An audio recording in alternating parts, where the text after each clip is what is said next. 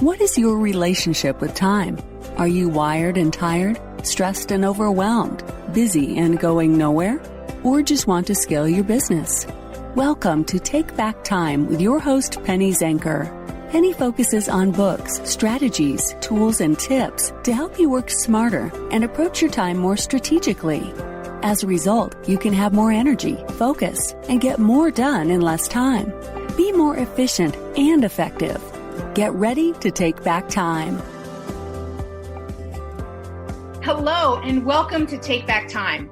My name is Penny Zenker, and I'm your host. And on this show, we've got some great people that are from different walks of life, from different businesses, and they're all bringing extreme value. And I can tell you that today's guest is absolutely one of those people. Kyle Wilson is with us today, and he's the founder of the Jim Rohn International organization, YourSuccessStory.com, LessonsFromNetwork.com, and KyleWilson.com. So this guy is juggling a lot of different things at the same time.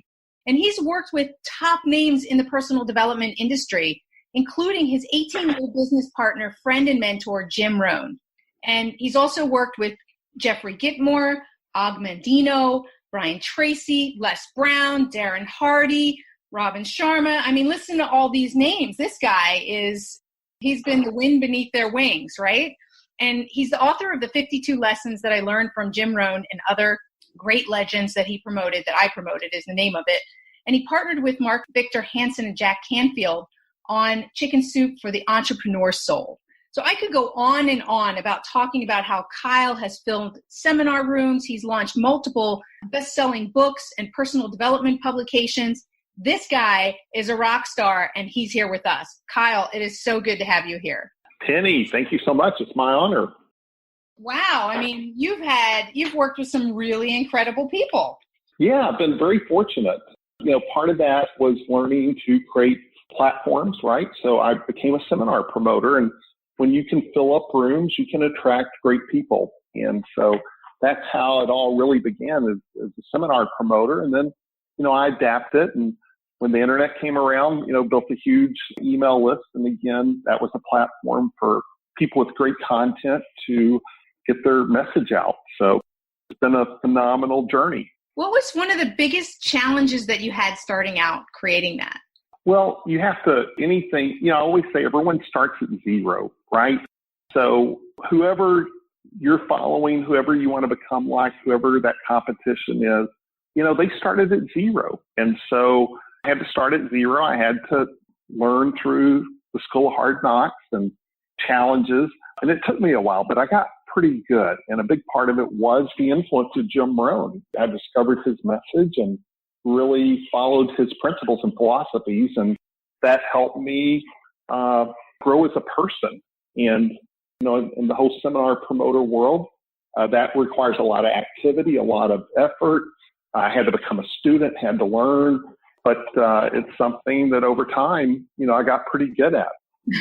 How did you adapt? I mean, you know, things have changed a lot, right? In the different platforms from when you started with Jim Rohn to how you might be promoting today. What's the biggest thing that you learned about navigating the change? Yeah, I always say there's two things. There's tactics and there's principles.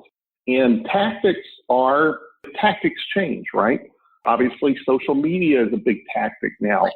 So it's whatever the tactics are, those are always going to change, but the principles don't change. And principles are bringing great value, building an audience, building relationships, connecting with the audience, and having great products and services to offer. And so once I understood that, once I understood the value of bringing service, bringing great products, reaching the right customer, and building that relationship, and then understanding the power of having advocates, and then empowering your advocates. Actually created a couple of different tools over the years. One moved over 6 million copies, and it was a viral marketing tool, the little Jim Rohn quote book, and I actually did them for Zig Ziglar and other speakers too. And what it really was just empowering our advocates to go share the message. So that's a principle. I used the tactic of the booklet, but the principle was having great products, having great service, and then finding out how to empower your advocates to go spread the message. That is super important. I love that differentiation. I always talk about strategy and tactics. And I think that what's important for everybody who's listening and everybody who's in business, right, is that those principles are what guide us in our business. And tactics may change and we can pivot and strategize on how we're going to do them. But the principles have to come first, don't they? They do. And I always say never let a good tactic interrupt the principle, right? So Right. I see a lot of people, they say, oh, hey, this works. Let's try this latest gadget. And I'm like, as long as it doesn't violate the principle. And I see that happen often. People get caught up in something, and oftentimes it actually doesn't work. It works enough. You know, everything works, Penny, right? Putting business cards on windshields works. It just doesn't work very well, right? And so people get confused about the risk reward on some of the tactics they use. But it's crazy to me to see big companies will go out and spend fortunes and then have horrible customer service. That makes no sense. Companies spend huge fortunes to then have a subpar product. So really, the core of any business is have a great product, have great service, have great customer service, be relational. I think 2018, more than ever, it's about relationships. You know, I've been on all sides of this. I was pre-internet when I had to build it all with no list. Then I was one of the early adapters to the internet. I built a 1 million+ list.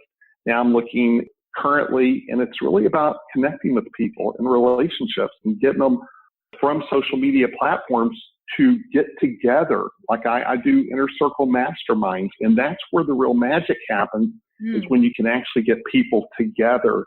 And again, so it's just understanding how all that works. And then just making sure that you know, so many people are doing things I don't think that are sound, and it's just because they bought into a get rich quick, if you will. Someone says, hey, here's how you go get 10,000 followers on Instagram in a month. Yeah, you could do that, and you know it's ethically wrong in how you're doing it. There's actually many unintended consequences in how you do it versus building it the right way, which is great content, sowing good seeds, and letting there be a harvest. So I'm a big believer in being a farmer.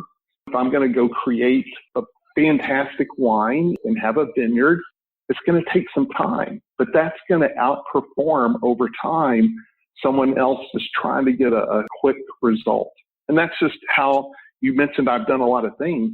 They were spread out, but the accumulation of doing good things that last, that's the power. That is the power. People just have to be patient. You know, Jim Rohn said, the twin killers of success are greed and impatience. And it's a hard lesson for all of us. You know, once people realize when you follow the principles, you do things right, it's amazing that the results will happen. You know, it's so true. I mean, you were talking earlier about how people compromise a principle for a tactic.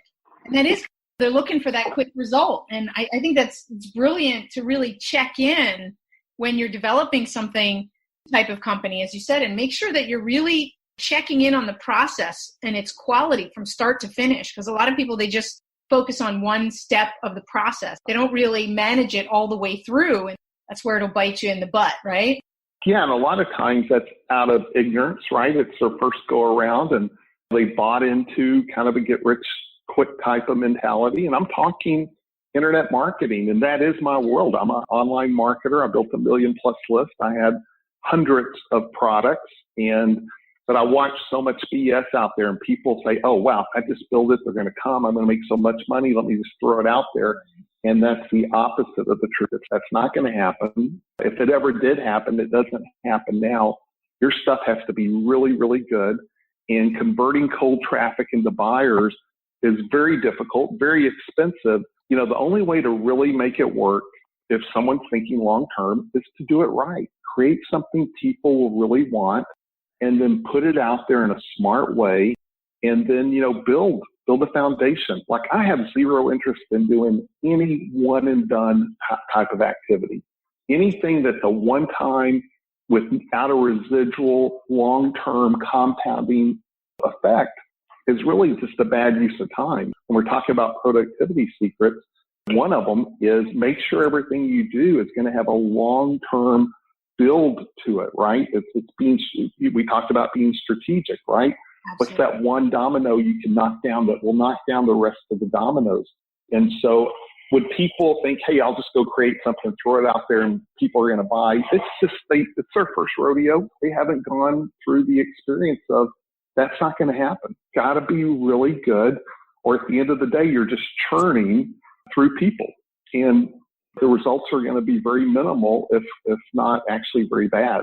It's like you have to check in on yourself and do your homework. Like you said, it could be from ignorance, could be from, like you said, Jim Rohn, from greed or impatience. And it's a different way of thinking, to really think in terms of the long term. And as you said, so residual income and creating something to last. It seems like people don't think like that anymore. Or is it just me? Is it? I think there's a lot of noise. Fortunately, there are a lot of people that are very principle-based, and you're surrounded by them, I'm surrounded by them, but because of all the noise on social media and a lot of the marketing noise, it gets clouded out. But I think everyone has to have a little bit of experience. My favorite clients are people that have failed, right? Because they're not living in la la land. They have figured out, okay, what they said didn't work, what they said didn't work. How do I do this and make it work? And it's like, okay, now we can get somewhere because we're going to do it right. And so, yeah, I think a lot of times it actually is out of ignorance, and there is the aspect of greed and impatience along with it. So what would you say, as you're working with people and you're helping them cut through the noise, what are the biggest things outside of what you just said, which is critical, is focusing on those principles? What are some of the other things that you guide them around so that they can be more strategic and work smarter? Yeah, so for me, Penny, going way back to when I partnered with Jim Rohn, is this thing called the wheel, WHEEL, the wheel. And it's, picture a wheel with a hub in the middle, and you're the hub. And then add spokes, and every spoke is a product or a service. And the goal is when people get on the wheel is you take them around the wheel. And so with that in mind, my biggest goal is to get people on the wheel and build a relationship with them.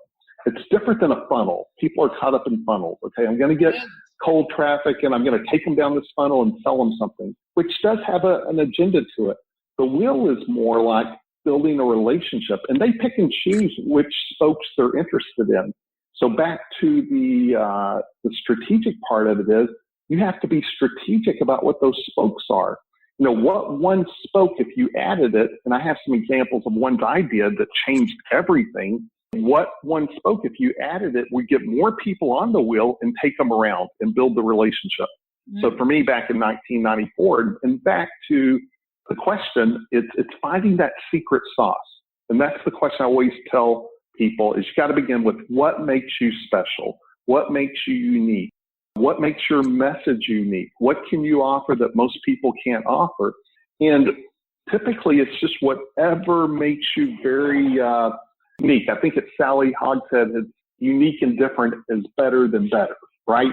When we're authentically ourselves, just being authentically who we are, there is something powerful that shines through, that truth that we carry. So you got to discover what that is. And then once you discover it, make sure that that's a thread and that that's part of the wheel. So everything I've ever created, whether it was with Jim Rohn or then I was Dennis Waitley's agent as well, or Ron White, Chris Widener, different people, currently people I work with, I'm always finding out what is that secret sauce, what makes them unique, and then making sure what's the one product, don't focus on 20, what is the one thing that if you did it would knock down the dominoes.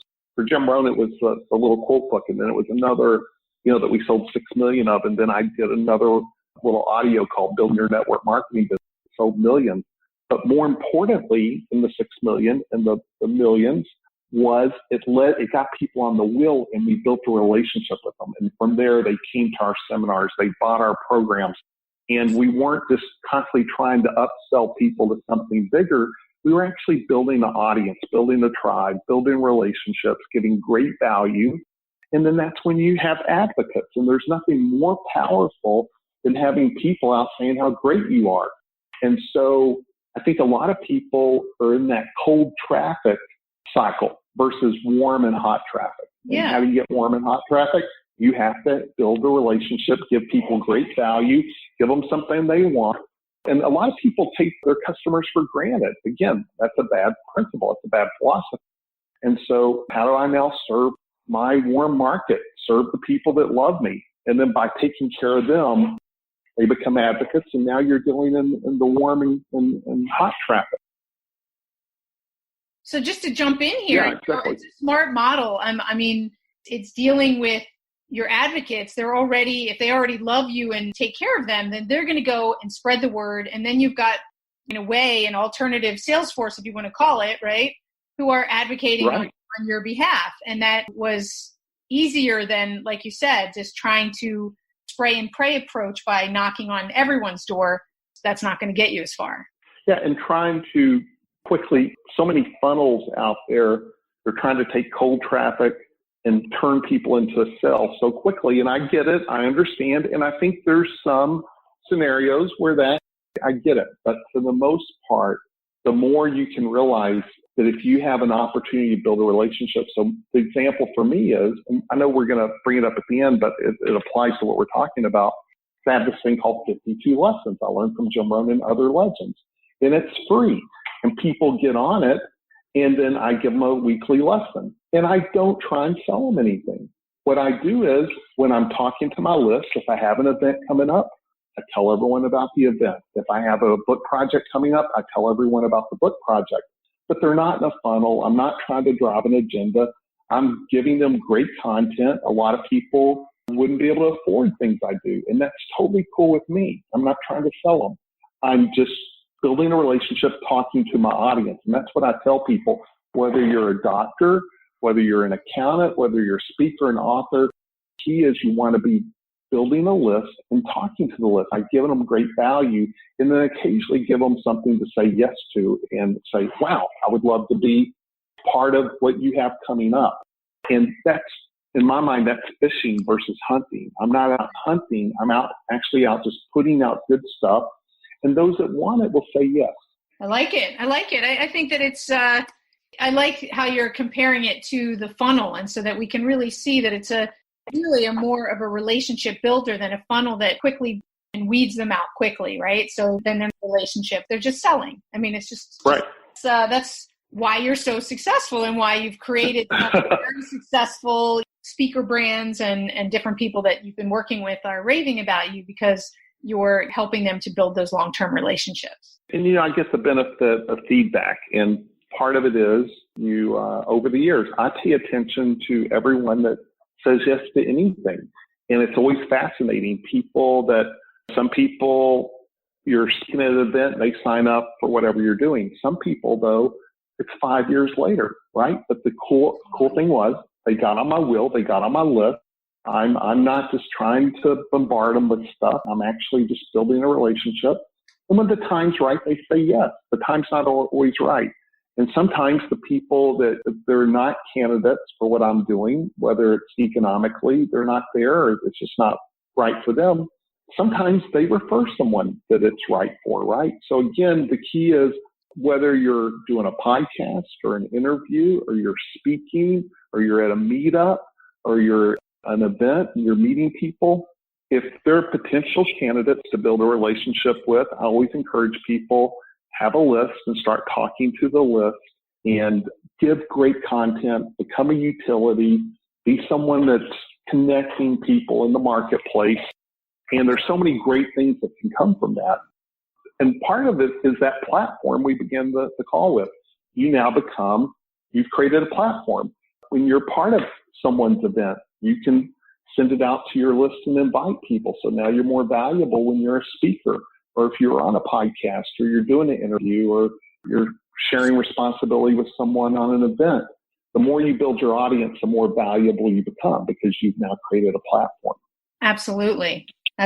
Those are really great ways. We're talking about taking back time, right? When we're more strategic and we're building a long-term asset, that is a way to take back time. It's an investment in the beginning, but that investment pays off tenfold. I'm a total believer in that because actually, for me, some of my best and most loyal clients are not the ones that said yes right away.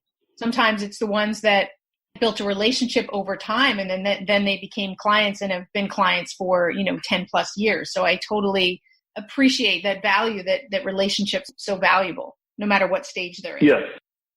And it actually, having a list, a lot of people think, I don't have time to deal with the responses. Like that's the number one thing. And it's actually the opposite. I have more free time than most people because I have systems. I let my list and my systems do the work.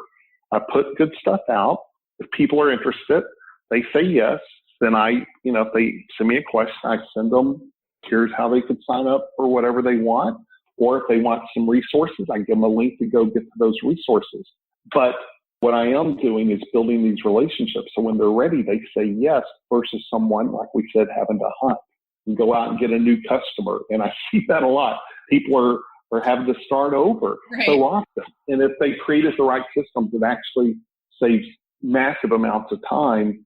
And it also creates all the right behaviors and right results. I mean, systems create leverage, right? They enable you to scale, and they're critical in taking back time. What are some of the systems that you recommend that you use? Well, I always say, again, I don't know how many people listening to this have a list, but as I said, if you're a doctor, you should be talking to your audience. You have seasonal things coming up. When school's about to start, anyone in athletics has to get a physical, when it's flu season, all these different things. And if you're just putting stuff out to your audience, first of all, you're fresh on their brain. And second of all, it's like, we need to go see Dr. Jones and get our physical done. And so to do that, that's a missing piece for so many people. I use Aweber. There's a lot of different things you can do. There's MailChimp and some free services. I use Aweber, Aweber, because it has the best delivery rates, like $20 a month. But the best thing is you can get on a live call. There's like 2 or 3 things of why I would do Aweber over many of the other free resources. And it's not a CRM. You don't want your email list to be a CRM. And that's the other big mistake people make, is they try and do everything in one system, like a constant contact. I keep my CRM system but then to really make email marketing work, I have a separate way, and I put everyone in my Aweber list. And I talk to people that way, and I have it segmented into different groups. Not everyone's going to get the same message. If it's not applicable to a particular group, I'll make sure they don't get that message. So that's one system, is my email list. Another system is there's just certain things. If I have this inner circle, I have these book programs, I have high-end coaching. And if someone's really interested and, I feel like they're a candidate, I'm always going to do a call with them. So people will reach out and say, hey, when can you talk? I always just give them a link to my scheduler, and I use Acuity. And if they don't want to click it, I'm fine. We're done. It's one of those things. I'm going to make people jump through that hoop to schedule a call with me so we can talk through if it's a good fit for them and a good fit for me. And that just keeps my life simple. I know I block out time in advance, and whether it's a coaching client that's a 2-hour or 4-hour or 1 hour, or it's someone I'm talking to that's a prospect for some of my high-end services, and those are 30-minute calls, everyone gets the same link. And I never have to try and figure out if I have time. They go book it. And then I'm very careful what I block out. I typically, and I know not everyone has this luxury, but I usually will not do a call before 2 o'clock in the day. So I have my times of Tuesday and Thursday for 4-hour blocks that I do all my calls, and some of my high-end coachings like on a Friday. But, the rest of the time is when I'm working on my business and working on myself, right? That's another huge time tip, is to make sure you have your own personal time every morning, right? That's probably number one, is blocking out those first couple of hours every morning. But I'm pretty protective of that time. Yeah, I love that you actually don't take calls before 2 p.m. and that you're really clear. I think those are definitely best practices that people have, that they carve out this time where they say, this is my time to build my business or to develop myself, to take care of my health. It's to start the day proactive versus reactive, right? The minute you check your email and you're on calls, you're not as proactive as when you're working strategically on driving that scalability or working on your health and things like that. Exactly. And not everyone has that luxury. It's just my business. I can do it that way. And, there's exceptions, right? There's times that I have to make an exception. But because of how I do my schedule, it allows me to make that exception, right? I have a really important interview I'm going to do Thursday with Success Magazine talking about Jim Rohn's legacy. And fortunately, because I have that time blocked out for myself, I was able to say yes. Right. And so, no, it definitely works for me. And it took me a while to get here, but just a couple of really simple things. It's like, I think it's important, Penny, also to have a place for everyone. So for me, everyone I meet, there's a place. They can get on my 52 lessons and get great free stuff. I have all kinds of free resources. And so there's a place. But then if they want to be part of my other things, I have 3 core things I do. And then if they want something beyond that, it's probably not going to be a fit for me or fit for them. So I'm very clear about what I do and what I don't do and why I do it and why I don't do it. But there's so much free stuff that there's a place to put people. And so I think that's another thing is life gets simple when you know that whoever you talk to, they're either a candidate or they're not. And there's a place for them to be on your wheel, if you will. Absolutely. And social media is a good example of that, right? We have friends on social media and, there doesn't have to always be agendas. It's just like, okay, that's right. You like, you comment, they're not necessarily customers. And that's great. You appreciate they follow you and you follow them. And so, totally. I made sure I have things that kind of apply to everyone with some of the resources I do. That's great. Kyle, I know we're at the top of the hour and you're booked up. So tell us where they can reach you to get your 52 lessons so that they can get to know more of those stories and more about you. Penny, thanks so much. They can go to KyleWilson.com. So it's pretty simple. KYLE Wilson, WILSON.com. And they'll see it at the top. And it's a weekly lesson. Jim Rohn, Brian Tracy, Dennis Waitley, Aaron Hardy, Les Brown. Some amazing lessons and collaborations I've done with some pretty cool people. Awesome. Thank you so much for being here, Kyle. We really appreciate it. My pleasure, Penny, and I'm looking forward to seeing you in 2 weeks in Philadelphia. Yay, Philly! Hey, thanks so much. Appreciate it. Take care. Okay, bye. Thank you all for being here. You're taking your valuable time to invest in these lessons, right? Keith has 52 lessons. All you need is one that's going to make a difference, that's going to create an impact for you so that you can work more strategically in growing your business, in focusing on the things that are most important to your life so you can be efficient and effective, more productive, more balanced, and happier in your life. So that's the goal. This is Take Back Time. My name is Penny Zenker, and we'll see you in the next episode. Thank you for listening. Today's topic is another opportunity for you to put the knowledge you learned into practice. Tune in again next week for more strategies that will help you have more energy and focus to get more done in less time, so you can continue to take back time.